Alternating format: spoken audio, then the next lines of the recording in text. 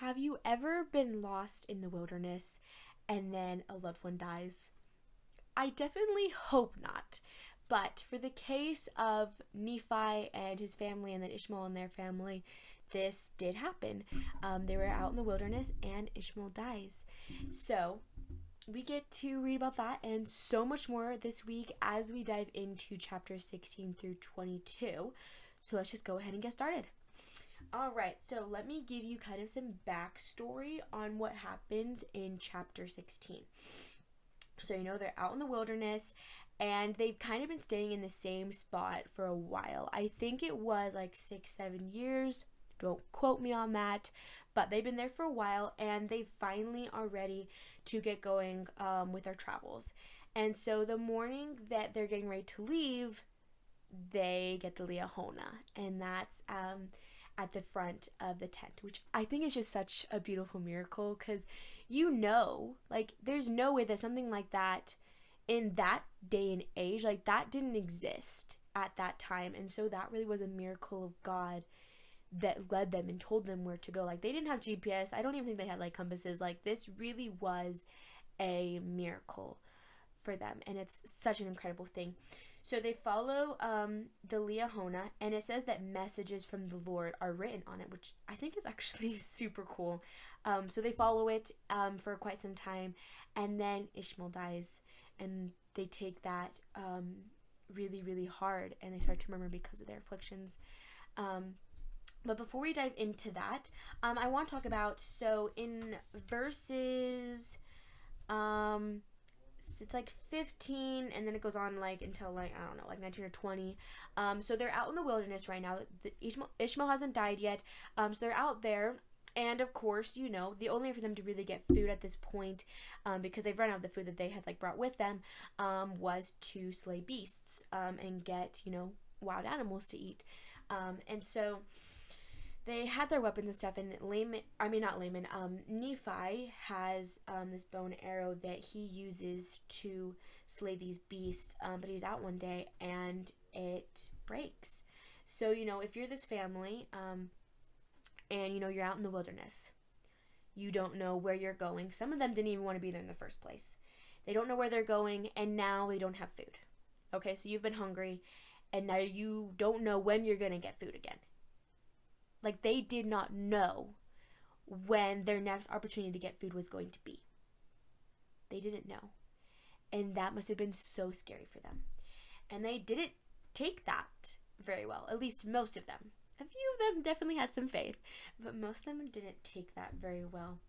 And it says that his brethren were angry with him because of the loss of my bow, and we did obtain no food. Now, the thing that I think is really crazy here is that after everything that Laban and Lemuel have seen, like they saw an angel. Remember that they saw an angel of God appear to them. After all of that, they still don't think that God could deliver them and like get them food. And think about this, okay? They have the plates of brass. And they've most likely read the story of Moses. Like they know about Moses and that story, okay? And it's just like after everything that they know, how do they still doubt? Like I get it. This is not an easy situation. But still, like if God could have an angel come to you and tell you not to hit your brothers and could do all these miracles that he's done, surely he could find a way to provide food. Just like how God delivered, I believe it was like the manna, it was like the bread to, I believe it was the people that were in the wilderness with Moses. Don't quote me on that because it's been a while since I've read up on that. But, this is not the first time that God has delivered food to his people. So anyway, they end up figuring out that situation. God delivers them. So it says Nephi did make out of wood a bow, and out of it a straight stick, an arrow, and then he asked his father, okay, ask the Lord where I need to go. So they asked God, and he was led, and he was able to find food. So that was absolutely incredible. They're not hungry anymore. They go up, they continue on their way, right?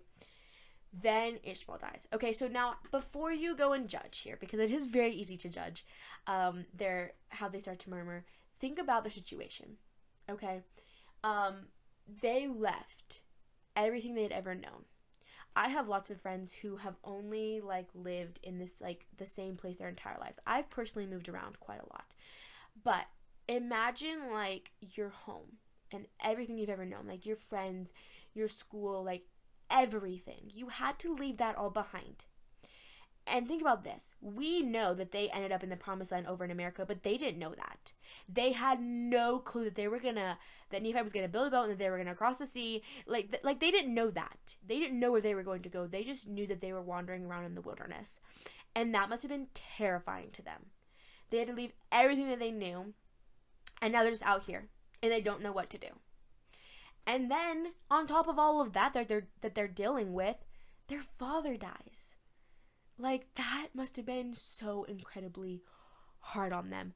And so it's very interesting to kind of see, you know that some of them really did, like they got upset and they started murmuring, and then there were some of those that were like, you know what, this sucks, but this had to happen ultimately. Like, Ishmael had to die at some point, but yeah, that was really, really hard on them.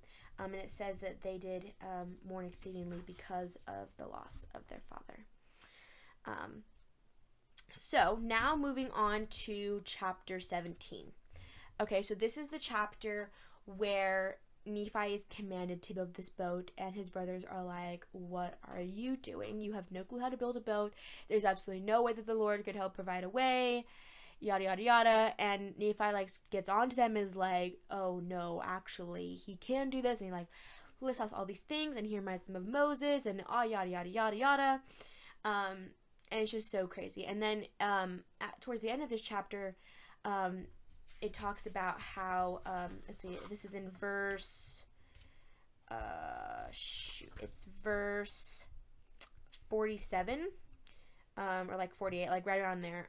It talks about how they couldn't touch him because he was so full of the Spirit that if they touched him, they would have just like dried up and they would have literally died. And so it's just really crazy right there to see like the power of God. And the really funny thing with that is that after Nephi says that, they don't touch him. They could have very easily been like, oh, I don't believe you, yada, yada, yada, and like they could have touched him. But deep down, they knew he was right. They knew that he was filled with the Spirit of God, and that if they touched Nephi, they would die. So now I want to talk about in verse 50 and 51. These verses are like my favorite thing ever, and they're so powerful. So Nephi says that to them, and I said unto them, if God had commanded me to do all things, I could do them. If he should command me that I should say unto this water, be thou earth, it should be earth. And if I should say it, it would be done. And now if the Lord has such great power and has wrought so many miracles among the children of men, how is it that he cannot instruct me that I should build a ship? And I love this because it is such a powerful testimony from Nephi where he says, listen, God has all of the strength. He can do so many amazing things. If I wanted to, because I'm so filled with the Spirit of God right now, I could tell this water to become earth like that. I could move a mountain like that. And if I say it, it will be done. So after he says this, after he says, God can do whatever he needs to get done, he then says, if he's able to turn this water into earth, why can't he command me to build the ship? And I also have to think about the fact that, the chapter right before this is when they got the Liahona, okay? So Laman and Lemuel, up to this point, like they've been recently led by the Liahona. They have witnessed firsthand Nephi and Lehi, following the Liahona and deciphering the messages and stuff like that and working with the Liahona to guide them where they are. They have seen that firsthand, and surely they would have to know.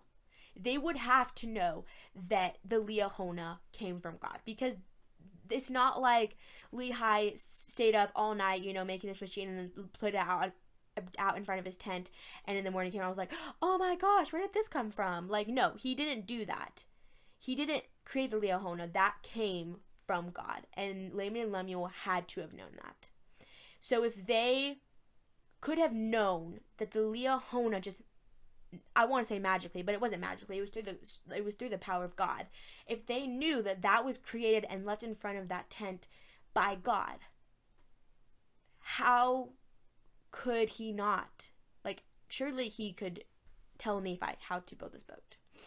It's so crazy to me sometimes. Like, when you put the facts right in front of it like that, like, how, it really surprises me sometimes, like, how blind they are. Like, it is right smack dab in front of you. How are you not seeing this? So yeah, but I love those verses, and they're such a powerful testimony.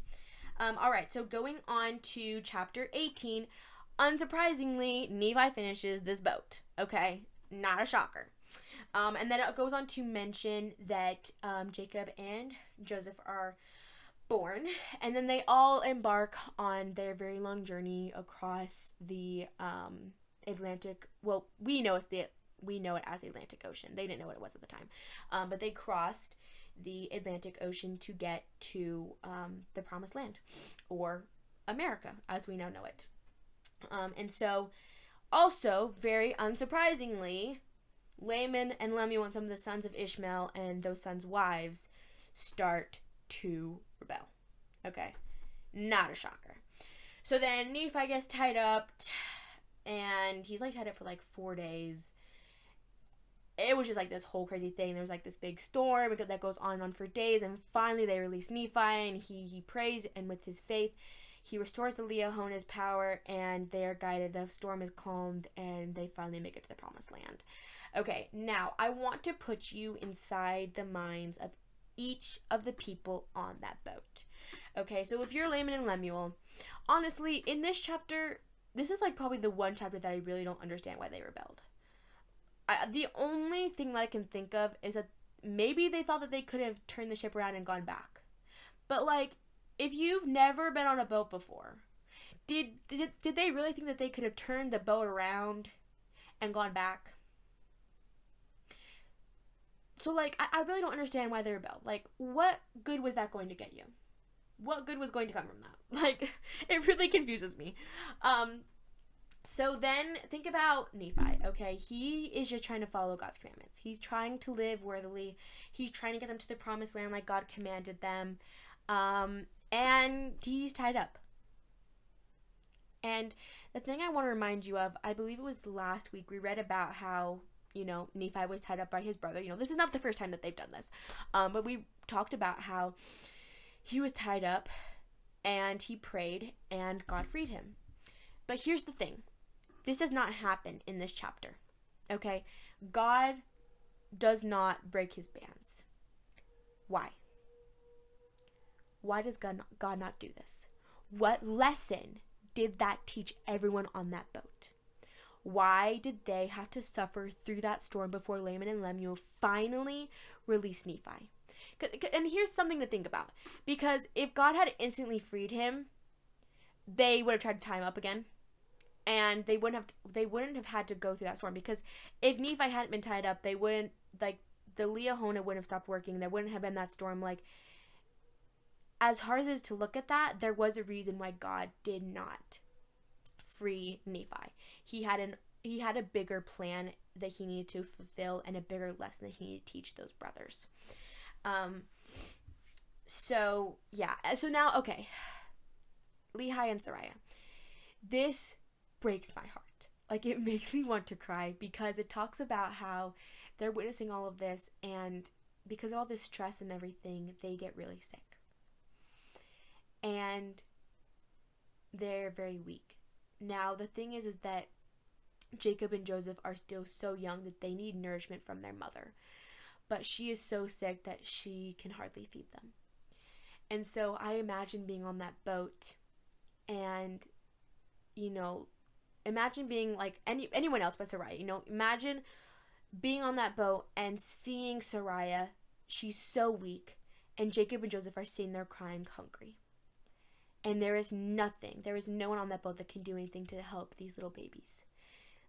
These babies are hungry and they are powerless, but nobody can do anything to change that. because what had to have happened is Laman and Lemuel had to free Nephi so that Lehi and Sarai could get well again, and Sarai could be well enough to feed her children. And it breaks my heart. Imagine being Sarai, and your oldest sons are fighting to the point that two of them tied the other one up. So you have to witness all of this, and there's nothing that you can do. And then, because of that, you get so sick that you cannot feed and take care of your youngest two children. And you're sitting there, and they're crying, and they're hungry, but you can't feed them. It makes me want to cry because it breaks my heart, and it's so sad. Oh my gosh. But the other thing that I want you to think about is, all of this pain and all this hurt and all this suffering was caused by Laman and Lemuel. But do you think Lehi and Sarai, obviously they were probably, upset with them a little bit. They were doing things that they shouldn't have been. But do you think ultimately, they resented them?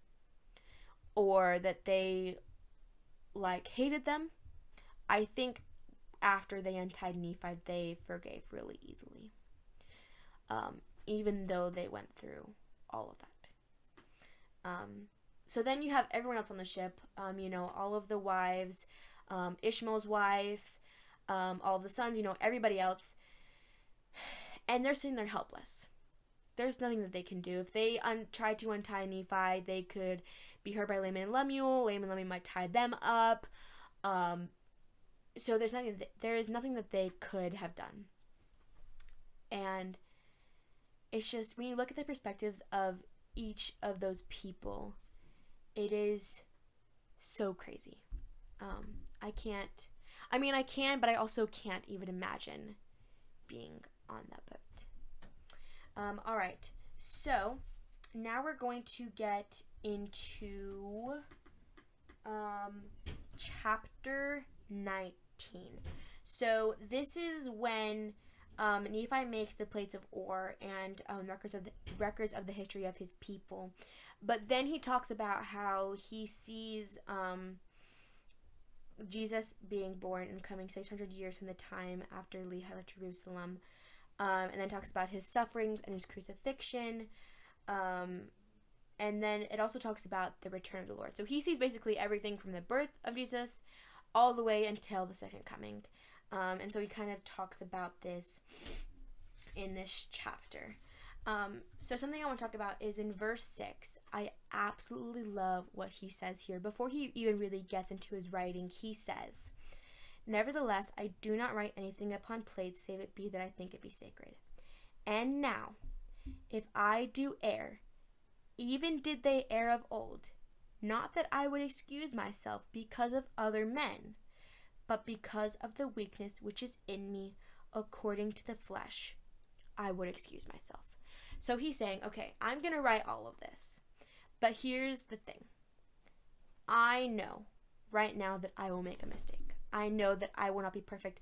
I know that I'm not even going to be perfect. Like the people before me, all the prophets that came before me, they were not perfect. But he says that this is not an excuse necessarily.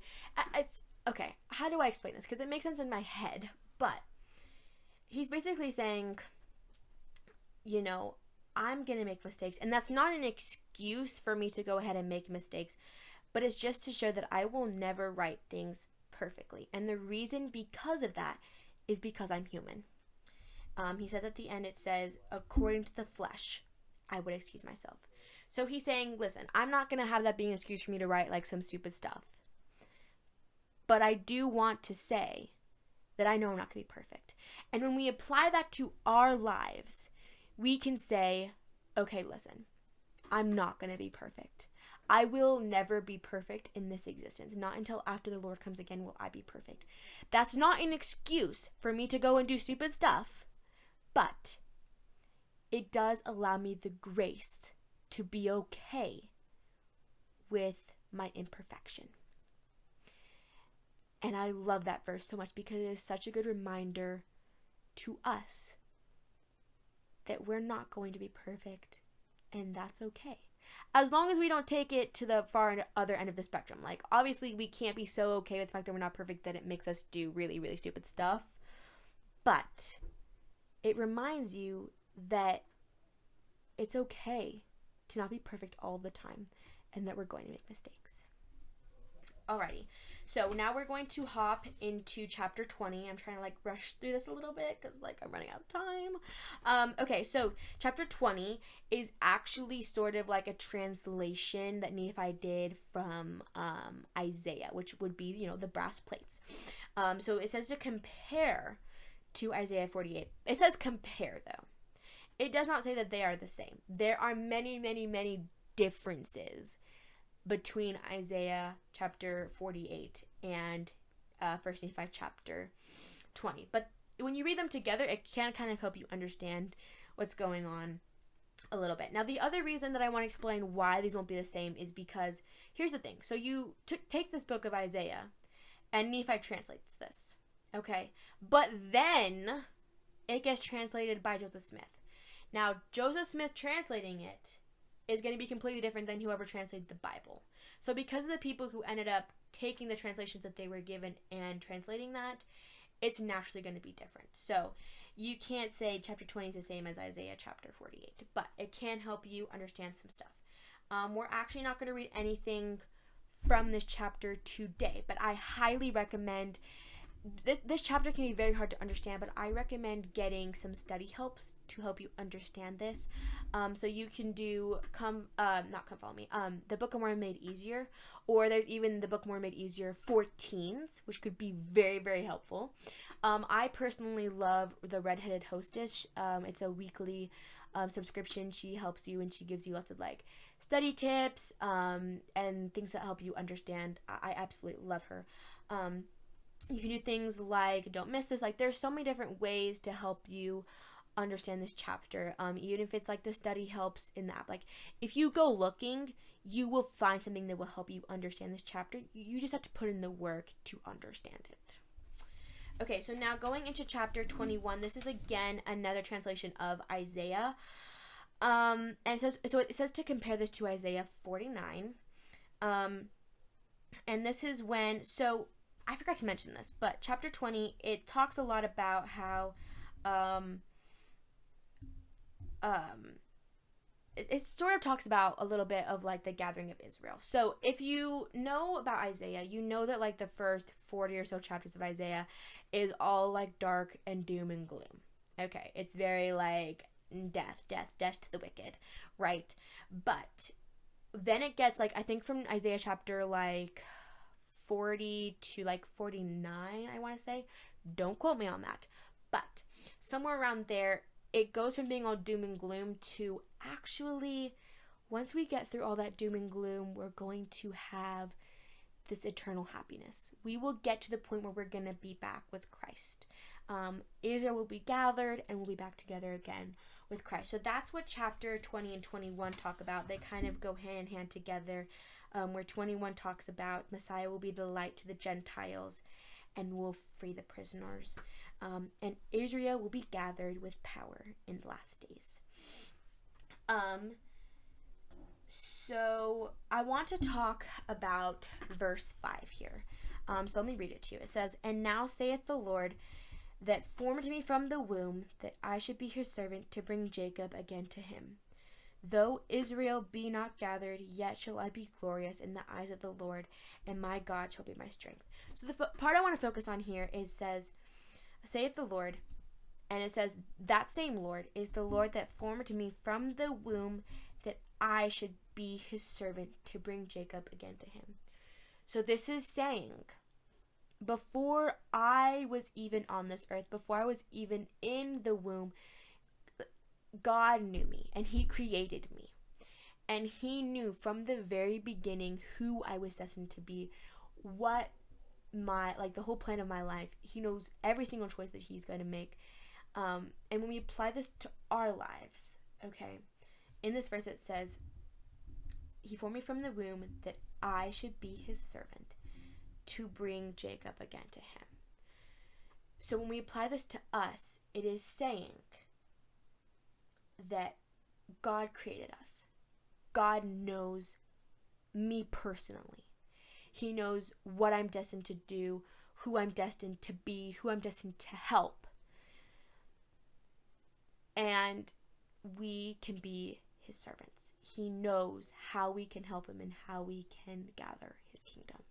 And it's so beautiful when you put it that way, because sometimes, I know personally there are times where I really don't feel special, where I feel very normal and bland, and sometimes like some people don't even love me.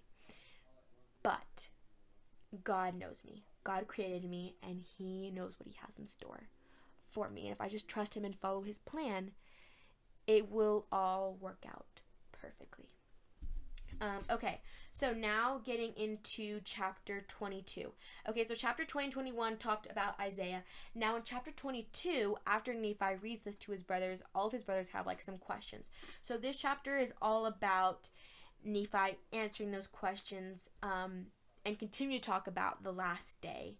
And so the verse that I want to focus on in this is verse 17.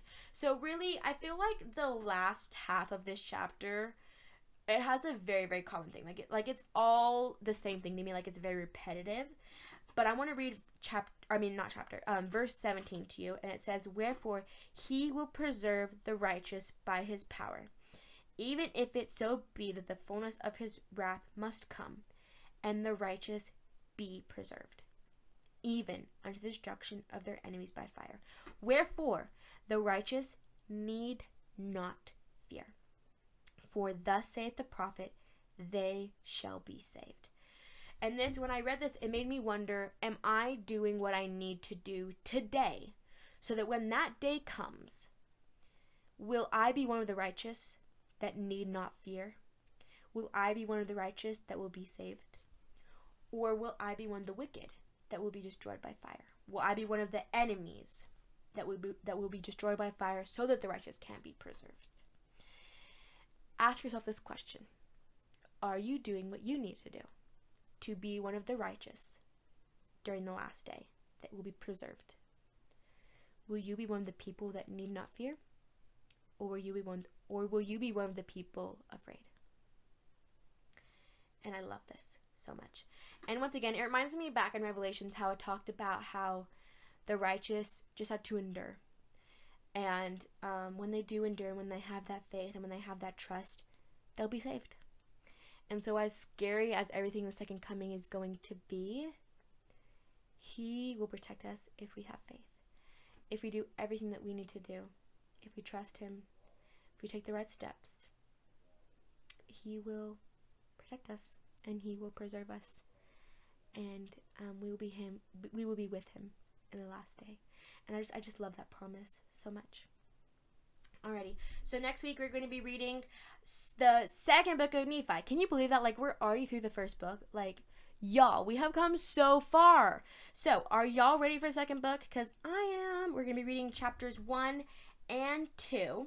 So make sure you come back next Monday at 9:30 a.m. Central Standard Time for the next episode. And I will see you guys then. Bye!